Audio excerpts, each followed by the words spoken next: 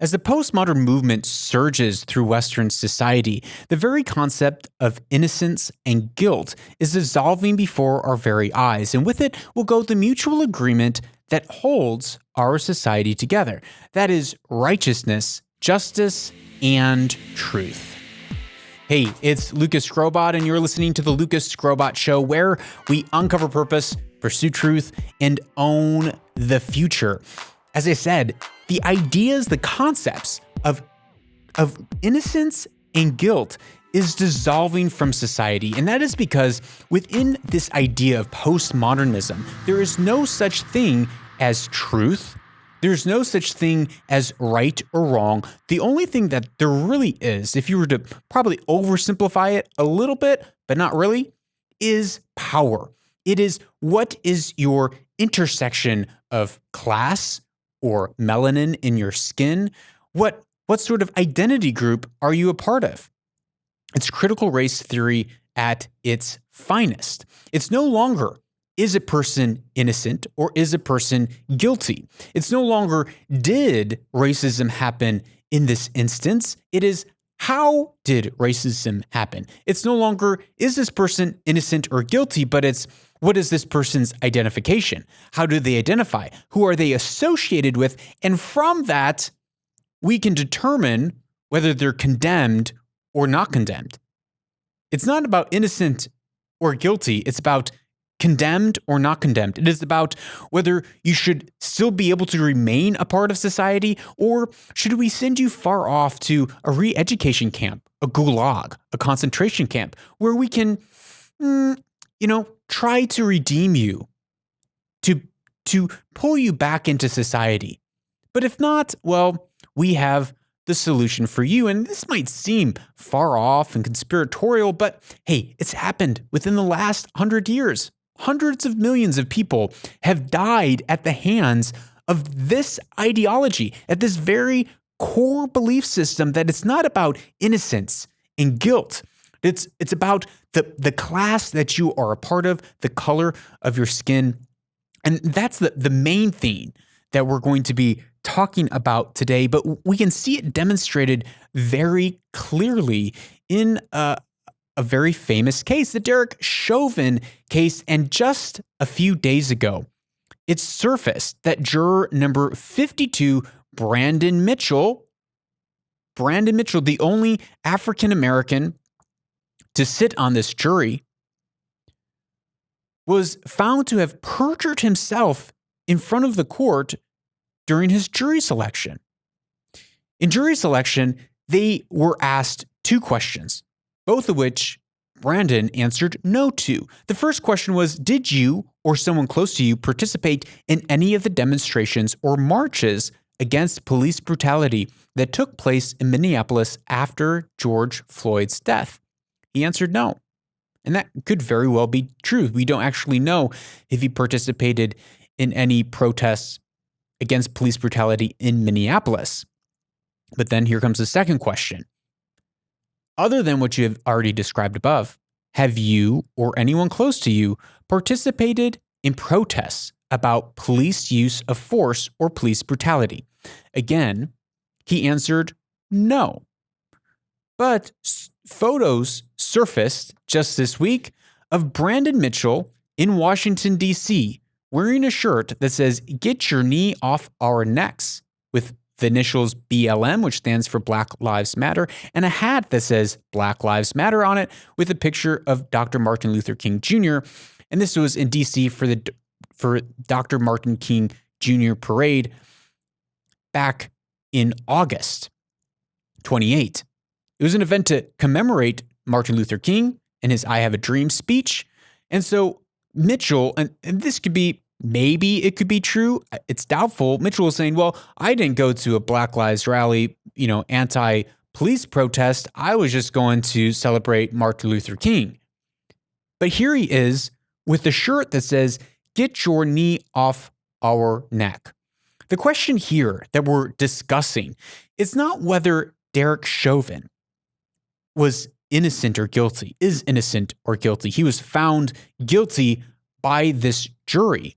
But the question is, was this jury partial or was this jury impartial? Did this jury come in with the belief already that because he was a police officer, that he was already guilty, already needing to be condemned? I mean, a lot of people on Twitter thought that. They all said, why are we even having a trial? We all saw the video.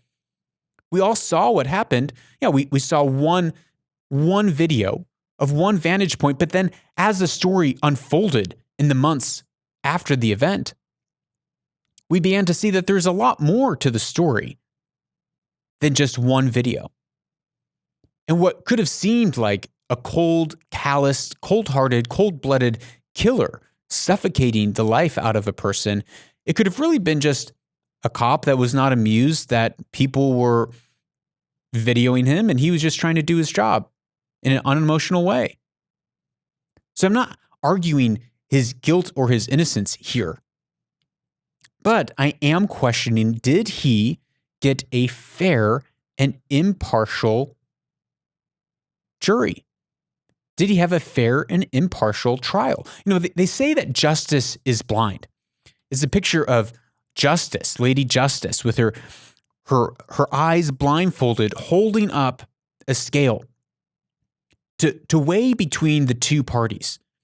And it's this picture of saying, justice is blind. Justice is not partial. It does not show partiality to the poor or to the rich. It does not show partiality to the beautiful or to the ugly. It does not show partiality to one who has power to the one who is powerless. It does not show partiality between the color of one's skin. Justice is blind. And this is what a lot of us were taught growing up in the 90s. It's don't see color, be colorblind. This is what Dr. Martin Luther King said. Don't judge people by the color of their skin, but the character of their heart, their countenance. Who are they? What do they do? Judge people by their actions, not their appearances, not their class, not who they're associated with. But that is all flipped on its head. Now it's, well, if you're saying that you're colorblind, well, that is racism. You can't be colorblind. You need to see color. It's not, did racism happen? Did implicit bias happen? It's how did implicit bias happen? How did racism happen? And it's not that it can go both ways. In critical race theory, which is what all this is all packed around, critical race theory, it's how far are you down on the victim list? Do you have lots of intersections of victimhood? Well, then great. You see the world more clearly, and whatever you say, go. But if you're at the top of that, well, then it's not that you're guilty, because there's no such thing as guilt or innocent or right or wrong or up or down in the postmodern world. It is all about power.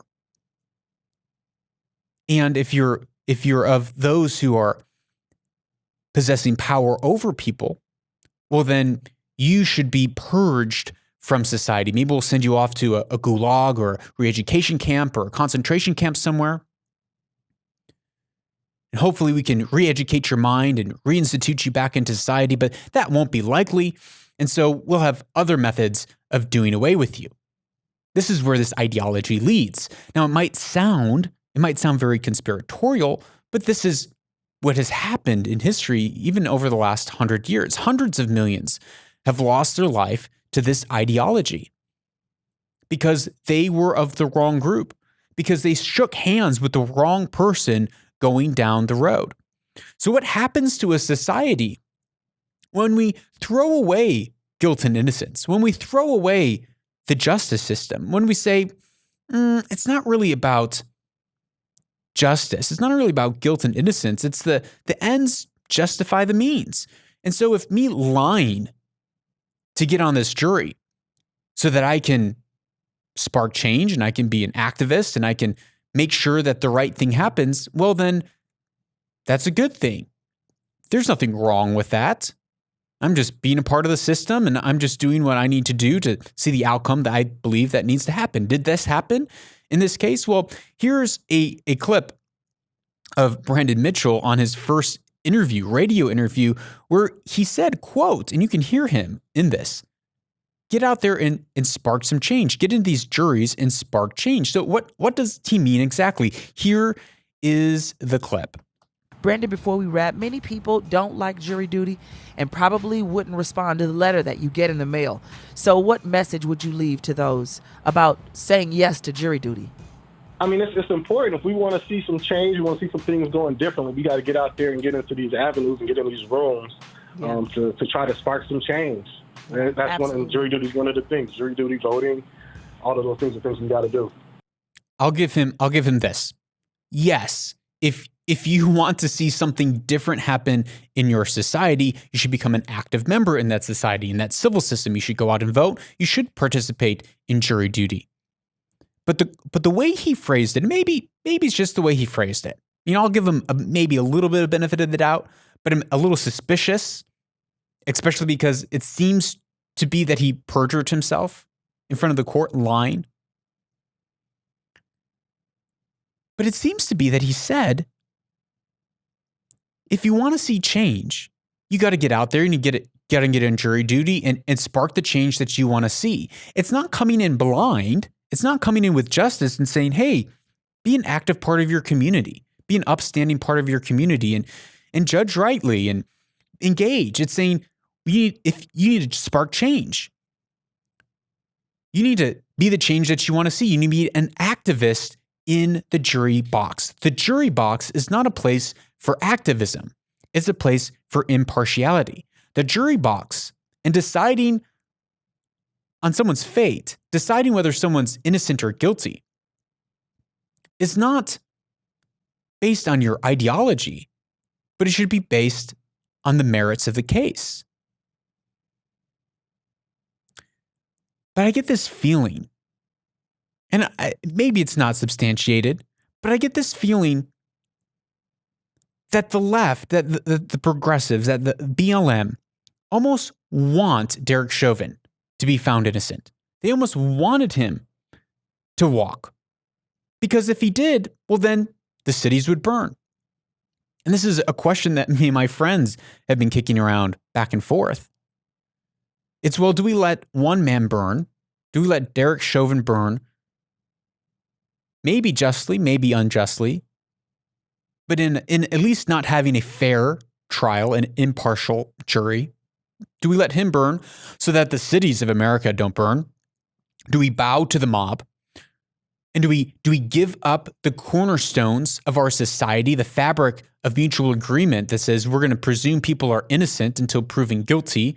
We're not going to have show trials. We're not going to have kangaroo courts. We're not just going to go through the motions to find someone guilty, but we're going to actually look at the evidence and where that leads. Are we going to do away with all that to satisfy a mob? Or are we going to potentially have our cities burn again because we don't bow to the mob?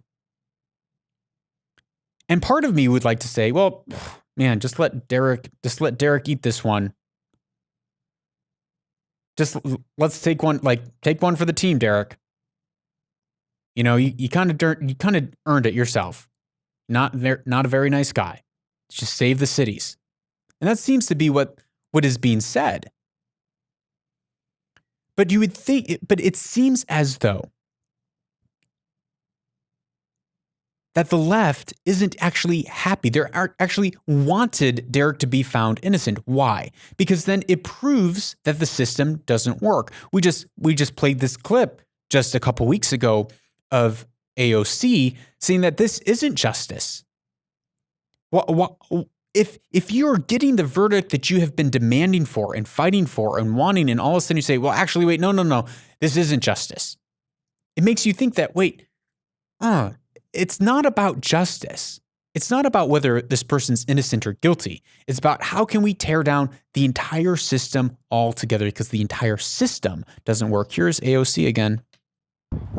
So no, this verdict is not justice. Frankly, I don't even think we call it full accountability, because there are multiple officers that were there. It wasn't just Derek Chauvin. And I also don't want this moment to be framed as this system working, because it's not working. And that's the thing. This is where it comes down to. Even in Brandon Mitchell's point of if you want to see change, you have to go out and be an activist in the jury room. It seems to imply that, well, the system of a jury, it's not working. We need to get people in there to push an agenda. That's what it sounds like. And so they're appealing this. Derek Chauvin and his lawyers are appealing it on a number of counts. One, the trial was done too close to home. Can you have a fair and impartial trial, an impartial jury, when it's done, such a public case is done in the location?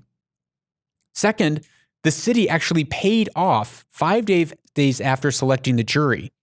The city of Minneapolis paid off the family of George Floyd in a $27 million settlement that already says to the jury, the city has found Derek Chauvin guilty. The city has found that he was liable. He's already guilty before the trial even started. Does that not color and communicate to the jury that,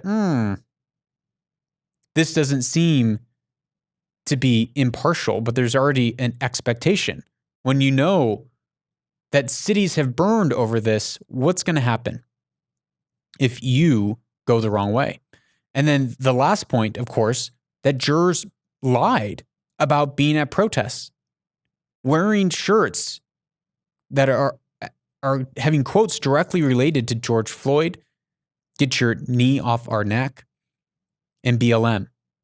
If you were in that chair, if you were a police officer, if you were anyone, and you found out that your jury, the people that were selected to weigh whether you're innocent or guilty, already believe that just because of your identity group, just because of the color of your skin or the color of your hair, the job that you held, the position that you held, that you're guilty by association, you're guilty because of the system that you're in, would you feel like that is a fair trial? Would you feel like that is justice? Even if you were guilty, even if a person is guilty, even if Derek is really guilty of all those 3 crimes, all those 3 counts of murder, is this justice? Is this a carrying forth of a justice system that you or I would want to live in? Because what it implies at the root of it all, the push that's happening at the root of it all, is to do away with guilt and innocence. And this is the agenda of postmodern progressivists. It's there is no such thing. There is no such thing as innocence or guilt. There is no such thing as good and evil. There is no such thing as right or wrong. It's all relative. And it all depends on power. Now, I've been reading this book by Aleksandr Solzhenitsyn, The Gulag Archipelago, and it's a 3-volume series of Aleksandr Solzhenitsyn's time in the gulags. The gulags happened in the USSR in the 1930s and onwards under Soviet reign and rule of Stalin. And the gulags were concentration camps that were scattered across Siberia that people were just swept up and arrested and thrown in jail for 10, 20, 30 years, life, execution, without any jury, without any trial. There were some show trials, but really, as I've started reading this series, and it's stories from his time and taking other real accounts, other people's stories of what happened, and he compiles it into these 3 volumes. And it's quite unbelievable hearing that people were just arrested and given 20 years in jail without any papers, without any evidence, without anything. People would be arrested under suspicion of espionage, unproven suspicion of espionage. There's stories of people being arrested because they were the first to stop clapping. There's a famous story of a standing ovation.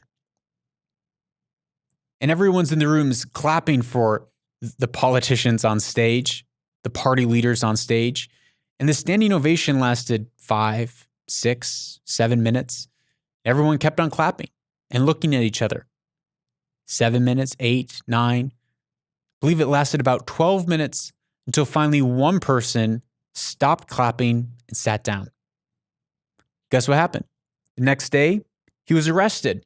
They put him up on some other charges. Didn't matter. Gave him 8 years. And after they sentenced him, again, not in front of any trial, not in front of any judge. It's just you get arrested, get swept up by the secret police, and you get shipped off and you're never heard from again. When they arrested him and they shipped him off, the last thing they said to him before they threw him in the jail was, never be the first one to stop clapping. And this is why people would get arrested. So there's a couple passages that I felt were appropriate to read. Should we wrap it all up and simply say that they arrested the innocent, but we admit saying that the very concept of guilt had been repealed by the proletariat revolution and, at the beginning of the 30s, was defined as rightist opportunism. So, we can't even discuss these out-of-date concepts, guilt and innocence. This was Aleksandr was saying here. We can't even discuss guilt and innocence. When you read these stories of hundreds of thousands, millions of people getting arrested for literally no reason, absolutely zero reason, just swept up in the middle of the night, never heard from again, slapped with 10 years and thrown away. You read these stories. I read these stories and I think, like, how is this even possible? But when you realize that guilt and innocence has gone out the window, it's what party do you align with? And it's oftentimes the people who were aligned with the party, who were aligned with the socialist agenda, who said the wrong thing. They were thrown in jail as aggravators. Here's a story. Another peasant with 6 children met a different fate. The previous peasant complained because they weren't getting paid and they weren't working hard enough. So because they weren't working hard enough, they got thrown in prison. But here's one that met a different fate. Because he had 6 mouths to feed, he devoted himself wholeheartedly to collective farm work and kept hoping he would get some return for his labor. And he did. They rewarded him with a decoration. They awarded it at a special assembly, made speeches. In his reply, the peasant got carried away. He said, "Now, if only I could have a sack of flour instead of this decoration. Couldn't I somehow?" A wolf-like laugh rocked through the hall, and the newly decorated hero went off to exile, together with all 6 of those dependent mouths. This is what would happen. You laugh at the wrong joke. You tell a joke. You're the prime example of heroism, of fighting for the motherland.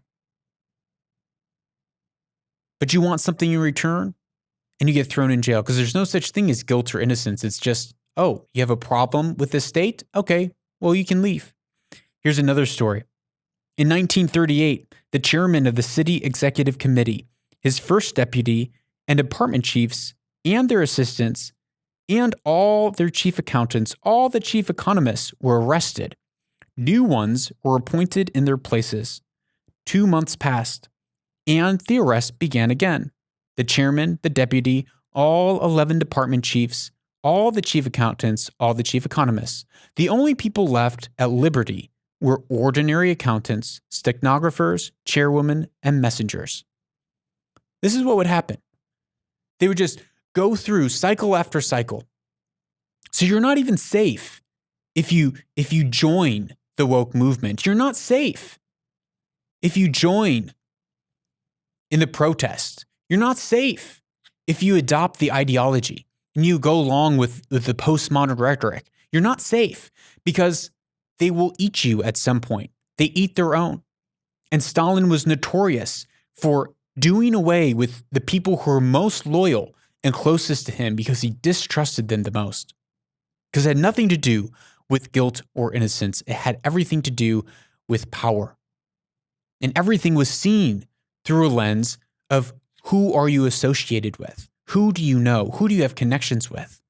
There's another story here about a man who would turn off the radio when they would read letters that at the end of the program praising Stalin. It would go on for minutes on end. He got reported by his neighbor for being a dissonance, for turning off the radio before the program ended. Well, of course, he went to jail for 8 years. But what happened to the neighbor who reported him? Well, he also got swept up and went to jail. Why? Because they were neighbors. They were associated. If you shook hands with the wrong person on the street who was about to get arrested, you would get arrested too and thrown away. Why? Because you're associated. It has nothing to do with guilt or innocence. It has to do with your identity, the class that you're a part of, who you know, who you're connected with. And this is what happens when justice is thrown out the window. When we no longer are looking at individuals based on their actions and judging them based on their merits, but we're judging them based on the color of their skin. I think there's a word for that. Yes, it's called racism. It's called classism. And if we do not defend ourselves against this, we will fall prey to it. Just as millions fell prey to it in the USSR. Now, if this is a topic that you want to learn more about, if you want to grow in, if you want to see your community grow in this, I encourage you to share this with a couple colleagues, a couple friends, and talk about this amongst one another. Have a healthy, lively debate. It will cause your learning to grow so much more as you soak in these concepts. And if you have any questions for me about this, please WhatsApp me at +1 202 922 0220. I would love to answer your questions here on the show. If you ask a stupid enough question, I will give a stupid enough answer, because stupid answers and stupid questions are the way that we actually learn the most. But don't go away. We have a great closing quote for our Weaver and Loom segment that I believe when I heard this quote, it just struck my heart so much. And it's like, this is an important, a foundation stone to understand how to step into our purpose, how to find our purpose, how to find that place of meaning for our life. So don't go away. We will be right back with our Weaver and Loom segment.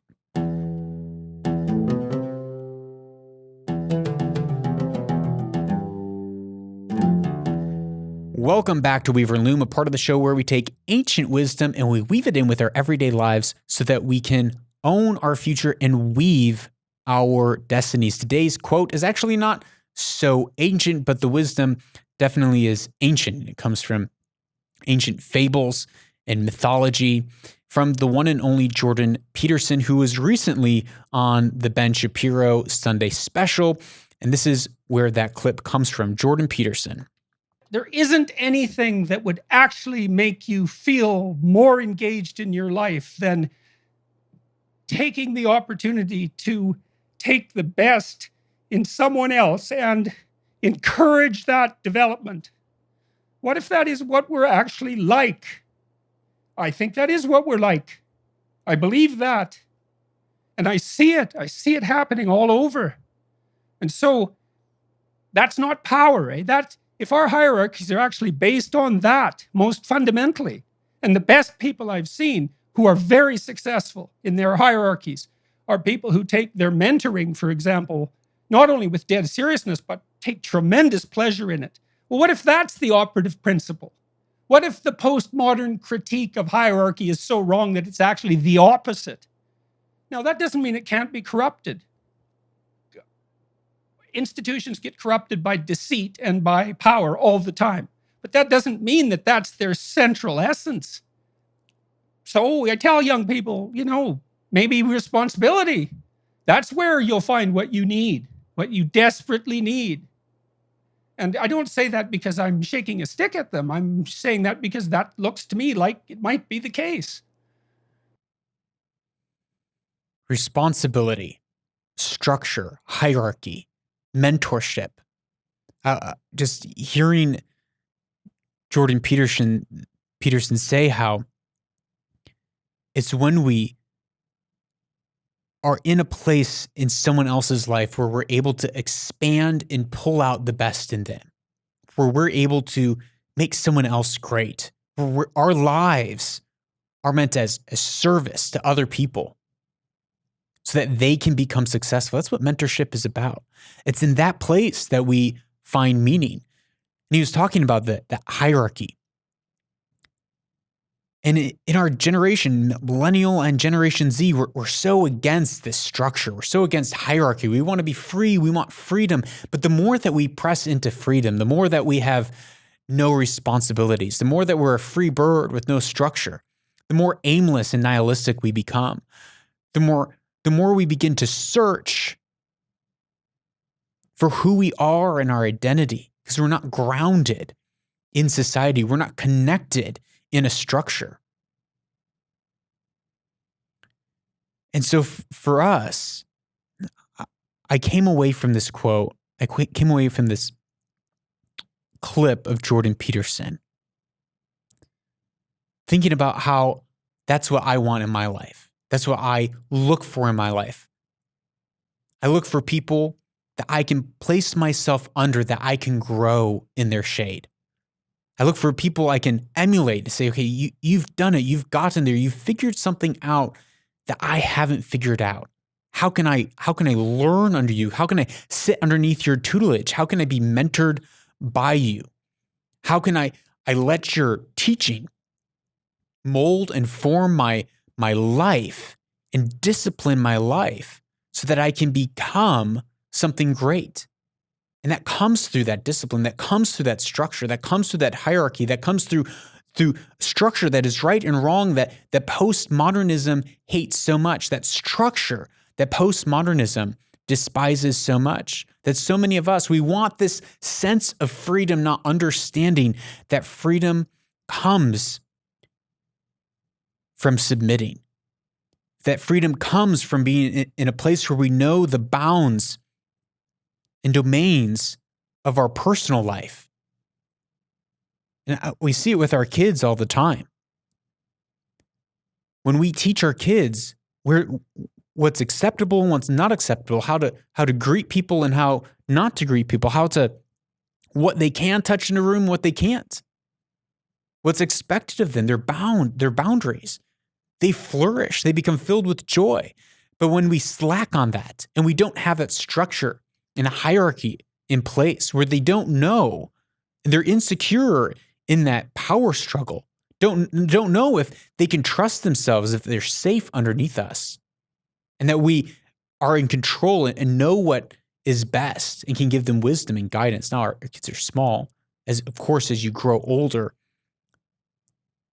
that role in the relationship changes and you begin to transfer more and more power over them, and the parent-child relationship grows. But it's when we find that place of mentorship, of discipline, of being bound and constrained. Those constraints are the things that open up a sense of meaning and freedom. And when we pour our lives out to serve other people, to see other people successful, that's where we find those deep senses of meaning. And I write about that in my book, Anchored, The Discipline to Stop Drifting. I wrote this book in a time of my life where I was drifting. So I wrote this book really as a manifesto to myself, and I think about these concepts every day. And so if you are looking to grow in disciplining your life, I strongly suggest my book, Anchored, The Discipline to Stop Drifting. And finally, let us be people who walk in our purpose to grow and impact the people around us. Let us be people who hold on to truth that we might own our futures.